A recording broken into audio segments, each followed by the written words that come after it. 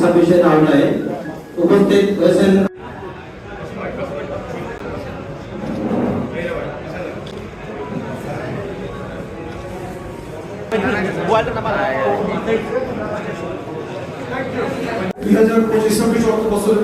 খরিফ মৌসুমে করোনাজনিত কর্মসূচির আওতায় ক্ষুদ্র প্রান্তিক কৃষকের মাঝে বিনামূল্যে উপসি, আউশ, মুখ ফসলের বীজ ও সার এবং পেঁয়াজ সংরক্ষণের যে মেশিন, এয়ারফ্লো মেশিন, এইটা যে বিতরণের আজকে যে কর্মসূচি, সেই কর্মসূচিতে আজকের অনুষ্ঠানের সম্মানিত সভাপতি, জেলা কৃষি কর্মকর্তা উপস্থিত রয়েছেন, এই অঞ্চলের বান্দরবান সদর উপজেলার সম্মানিত ইউনো বেগম মেহরুন নাহার উপস্থিত রয়েছেন, অন্যান্য কৃষি কর্মকর্তা এবং বিএনপির নেতৃবৃন্দ, সাংবাদিক ভাইয়েরা, কৃষক ভাই বোনেরা, আপনাদের সবাইকে জানাই সালাম ও নমস্কার।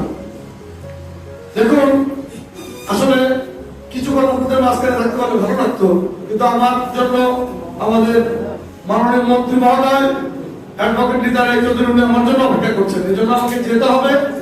তাই আমি সংক্ষেপে আপনাদের সামনে একটা কথা উপস্থাপন করে আপনাদেরকে একটু কিছু বিতরণ করে দিয়ে চলে যেতে চাই। এই জন্য আপনারা ক্ষমা সুন্দর দৃষ্টিতে দেখবেন। আজকের এই কর্মসূচির আমি শুভ উদ্বোধন ঘোষণা করব। ভালো থাকেন, সুস্থ থাকেন। এই দেশ হচ্ছে কৃষি প্রধান দেশ।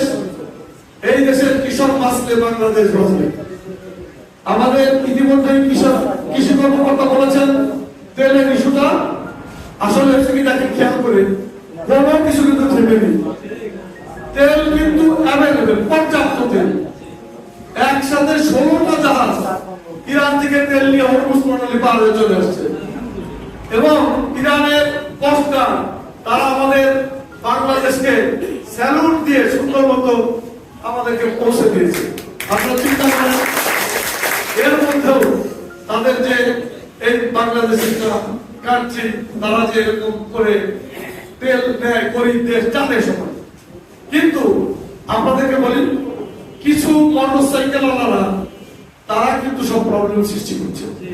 এই ব্যাপারে যথেষ্ট সচেতন হচ্ছে জেলা প্রশাসন, পুলিশ প্রশাসন, সবাই এটার সাথে আছে জড়িত। তারপরেও কন্ট্রোল করা যাচ্ছে না। আমার বিশ্বাস 2-1 দিনের মধ্যে দেখবেন এটা একদম স্বাভাবিক হয়ে গেছে। অথচ দেখেন, খোলা বাজারে তেল অনেক বেশি দামে বিক্রি হচ্ছে। এটা অত্যন্ত দুর্ভাগ্যজনক। আমরা এই ব্যাপারে পদক্ষেপ নিচ্ছি। ইনশাআল্লাহ তেলের বিষয়টি আপনাদের কোনো টেনশন করার কারণ নেই। কোনো কিছু থেমে থাকছে না, চলবে। আপনারা এখন আপনাদের আজকে অনুষ্ঠান থেকে আপনাদের যে সার, বীজ এবং মেশিন দেওয়া হবে, এগুলো নিয়ে আপনারা শুরু করে দেবেন ইনশাআল্লাহ।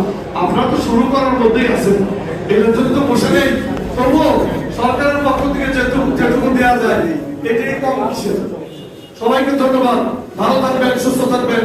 বাংলাদেশ আবার নদী নালা খাল ভেবে পানি ভরে উঠবে এবং কৃষকরা ব্যাপক ফসল ফলাবে।